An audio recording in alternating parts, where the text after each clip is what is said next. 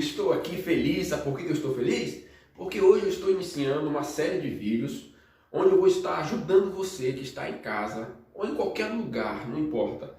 Você vai estudar química de uma maneira muito simples de aprender, tá? Eu sei que existem alguns assuntos que são complexos, mas nada que seja impossível para o seu aprendizado. E eu quero já começar contigo hoje falando sobre o átomo. Isso, bacana, professor, nós vamos falar sobre o átomo. E o átomo está colocado na parte da química, que foi separadinha, uma parte chamada atomística.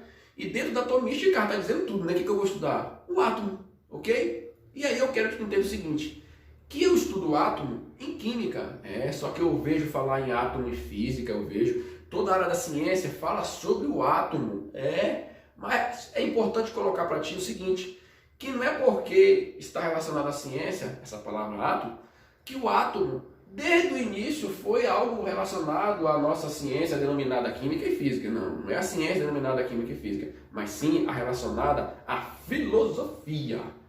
Professor, átomo, filosofia, o que tem a ver? Tem tudo a ver. Porque há muito tempo atrás, há 400 anos antes de Cristo, dois caras chamados Demócrito e Leucipo, eles pronunciaram a palavra átomo. Foram eles que tiveram essa ideia acerca do átomo. Puxa, professor, que coisa legal. E olha o nome desses caras, Leucipo e Demócrito, um nome lindo, fantástico, maravilhoso, os caras estudiosos, um nome muito bom para você colocar nos seus filhos. Coloca aqui, eu conselho você colocar. Estou brincando, mas se você quiser colocar, fica à vontade. Imagina você chamando Demócrito, meu filho, vem cá, Leucipo, vem cá, meu filhinho, esse aqui é meu filho, o nome dele é Leucipo. Coloque, vai ficar muito legal, você vai falar. E vocês sabem quem foi Leucipo e Demócrito? Leucipo e Demócrito foram dois filósofos responsáveis pela primeira teoria acerca do átomo. Esses dois caras, como eram filósofo trabalha sempre com pensamento. Os dois estavam conversando, batendo um papo um certo dia, e surgiu a ideia, se nós pegarmos a matéria e dividir. E aí, o que é matéria? Rapidinho aqui lembrando. Matéria é tudo aquilo que tem massa e ocupa o lugar do espaço. Então eles pegaram um papel. Vamos pegar esse papel aqui. Vamos pegar essa matéria e vamos cortar. Vamos dividir. E eles foram dividindo. Até que um falou assim, Demócrito, olha o que aconteceu. O que foi? Eu fui dividindo o papel, até que chegou uma hora que eu não consigo mais dividir. Não é mais possível dividir, porque ficou tão pequeno, que eu não consigo mais fazer divisão. Aí foi quando surgiu a palavra átomo, que eles disseram que o A é não, tomo significa divisível, ou seja, não divisível, não partes. Então, essa foi a primeira ideia relacionada ao átomo, há muito tempo atrás. Depois que passaram-se alguns anos, surge um novo cara. Quem foi esse cara? Esse cara foi chamado de John Dalton. John Dalton, em laboratório, agora é uma ideia científica. A primeira ideia científica é agora. É com quem? É com ele, com Dalton, John Dalton. Ele fala assim, Dalton, o átomo ele tem algumas características. Primeira característica, segundo Dalton, o átomo ele é compacto. Ele comprovou em laboratório. O átomo é esférico, comprovado. O átomo é sólido, comprovado. O átomo é indivisível. Aí eu fico pensando, poxa, o cara continuou afirmando o que os filósofos já tinham afirmado, que o átomo era indivisível, que não era possível dividir o átomo, né? E aí, poxa, o átomo ele é indivisível, não é possível dividir o átomo. Sabe o que acontece? Esse cara, John Dalton, ficou famoso por essa teoria, e aí ele diz assim, ele vai mais adiante, ele fala assim, o átomo, ele tem a aparência de uma bola de bilhar. Olha a cabeça do cara. E aí você pensa assim, poxa, bola de bilhar, é desse tamanho. O cara quer dizer que o átomo é tão grande assim que eu posso ver? Não, quando ele compara o átomo a uma bola de bilhar, não é uma relação ao tamanho, mas sim que a bola de bilhar, ela é toda preenchida por dentro, não há espaços vazios. Ela é toda coberta por dentro, preenchida. Ela tem forma esférica, ela é compacta, ela é sólida. O tamanho não tem nada a ver. Quando ele compara o átomo com a bola de bilhar em relação ao tamanho, não. Porque o átomo, segundo ele, não podia se ver. Não tinha como ver o átomo. Ok? E aí, bola de bilhar, Dalton. Não esquece isso. Ok? E ele continua dizendo que o átomo ele era indivisível. Isso aconteceu por volta de 1808. Mais ou menos por aí. Data não interessa para ti, tá? Não te preocupa com data. Passaram-se alguns anos, veio outro cara. Só que agora esse cara foi o Thomson. Thomson, segundo ele, o átomo tinha a seguinte característica. Ele fala assim, olha, o átomo ele é indivisível. Pelo amor de Deus, mais um para dizer que o átomo é indivisível. Porque, olha, 400 anos antes de Cristo, dois filósofos disseram isso. Dalton, depois de muito tempo, na primeira ideia científica, dentro do laboratório, o cara com tecnologia disse que o átomo era indivisível. Depois aparece mais um. Quem foi? O Thomson. E ele disse que o átomo também era indivisível. Porém, Thomson nos trouxe uma grande descoberta. Qual foi a descoberta muito grandiosa? O Thomson descobriu no laboratório, junto com a sua equipe, que o átomo, ele tinha uma partícula. Que partícula era essa? Essa partícula eram os elétrons de carga negativa. Não é à toa que se você pesquisar no Google, você vai encontrar lá. Quem foi o pai dos elétrons? Thomson. Porque ele foi o responsável pela descoberta desses elétrons no átomo. Então, o Thomson afirma assim, olha, o átomo, ele é indivisível, mas o átomo ele tem uma partícula. E essa partícula chama-se elétrons, que tem carga negativa. Então, a primeira partícula, quem foi o responsável pela descoberta dela foi o Thomson. Não esqueça isso. Uma outra coisa importante. Como ele constatou isso? Que experiência ele fez? Ele fez uma experiência com gases. Falou em experiência com gases relacionada ao átomo Thomson. Não esqueça. E aí ele constatou que o átomo tinha essa carga elétrica. Porém, ele diz mais uma coisa. Tem carga elétrica negativa e ele provou na sua experiência.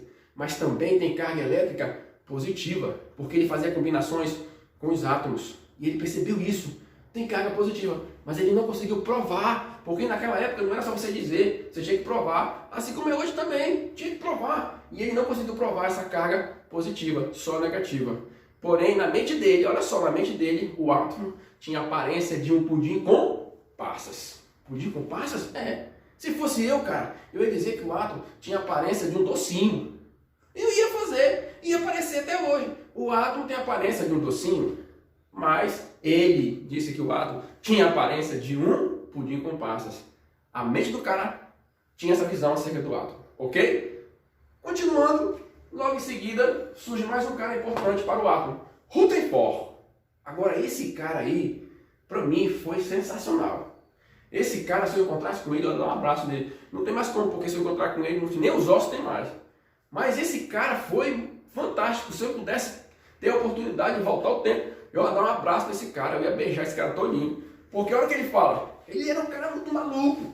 Imagine, ter várias teorias acerca de uma coisa e vem um cara depois e discorda. O Rutherford fez isso. Ele chegou e disse assim, ó, o átomo, me desculpe, vocês que falaram que o átomo, os filósofos disseram, o átomo, ele é indivisível.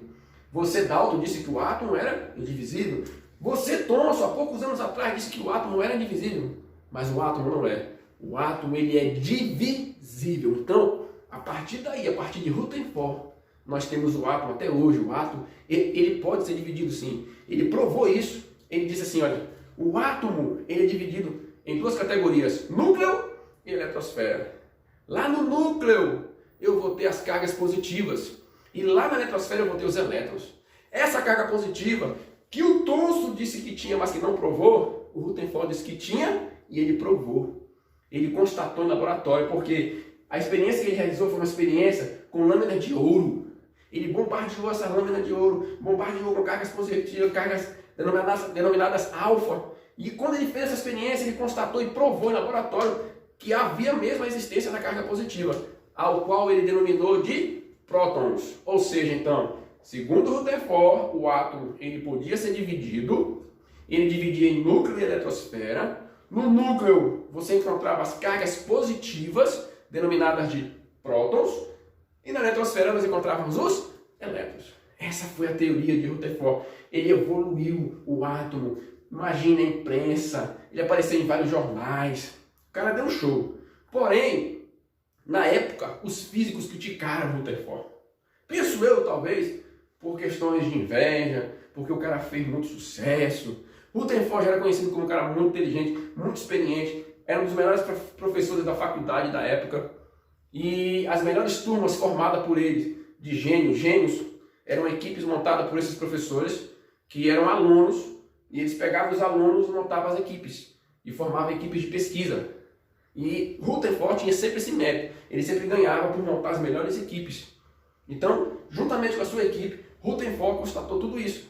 E na época os físicos caíram em cima dele, disseram para ele que tudo bem, você comprovou, ok, mas tem algo que nós discordamos. Esses elétrons não podem pertencer a uma região chamada eletrosfera, porque essa região chamada eletrosfera, se realmente existe, os elétrons vão fazer o mesmo movimento. Quanto mais elétrons, quanto mais movimento tiver, mais a tendência de que esses elétrons eles se colidam. E aí, se isso acontecer, o átomo vai explodir, pum, e não vai mais existir átomo.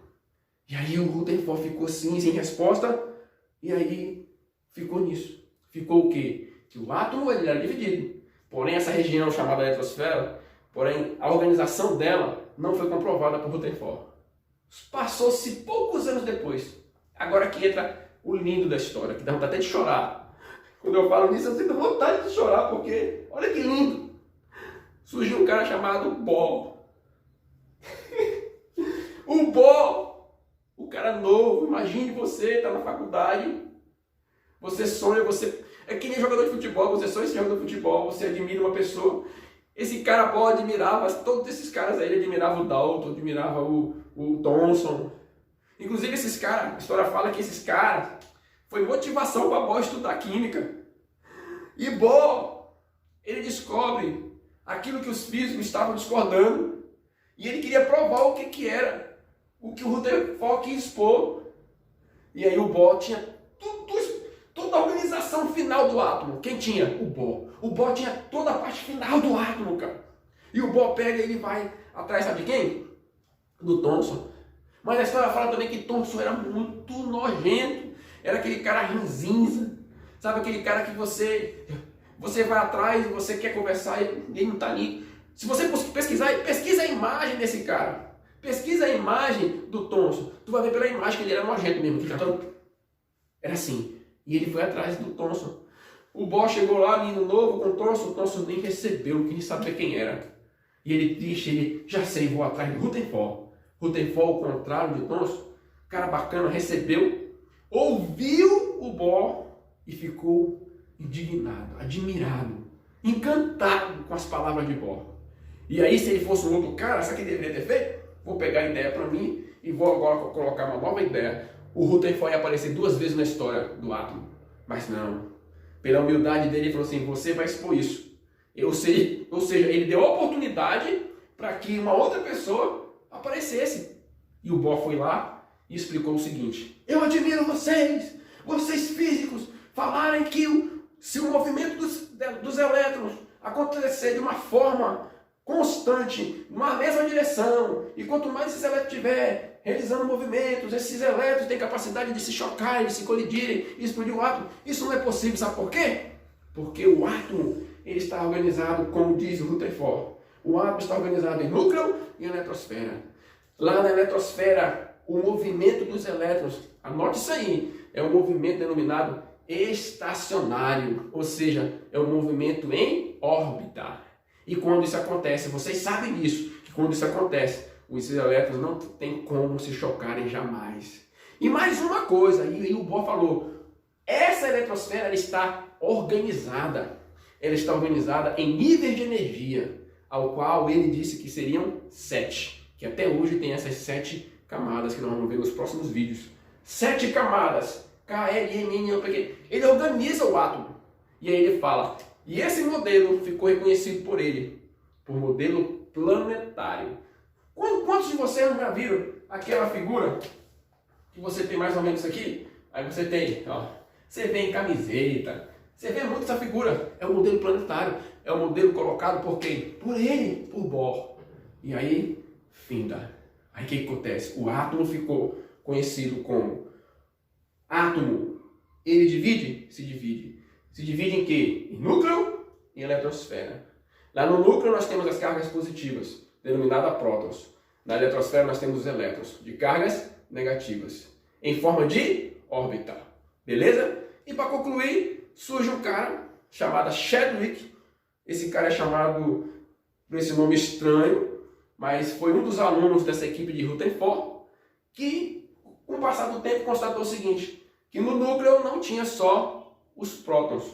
Ele constatou e descobriu e comprovou que havia ali uma outra partícula sem carga, ao qual ele denominou de nêutrons. Então, o núcleo tem nêutrons? Tem. O núcleo tem prótons? Tem. E aí chegamos à conclusão, que se um cara perguntar para a gente assim, onde se concentra a massa de um átomo? Aí você vai dizer que é no núcleo, porque no núcleo nós temos os prótons e os nêutrons. E a soma dos dois corresponde ao número de massa. Que isso, inclusive, também nós vamos falar nas próximas aulas. Ok? Então, foi muito bom estar contigo aqui, falando acerca do átomo, e nós vamos dar sequência no nosso próximo vídeo.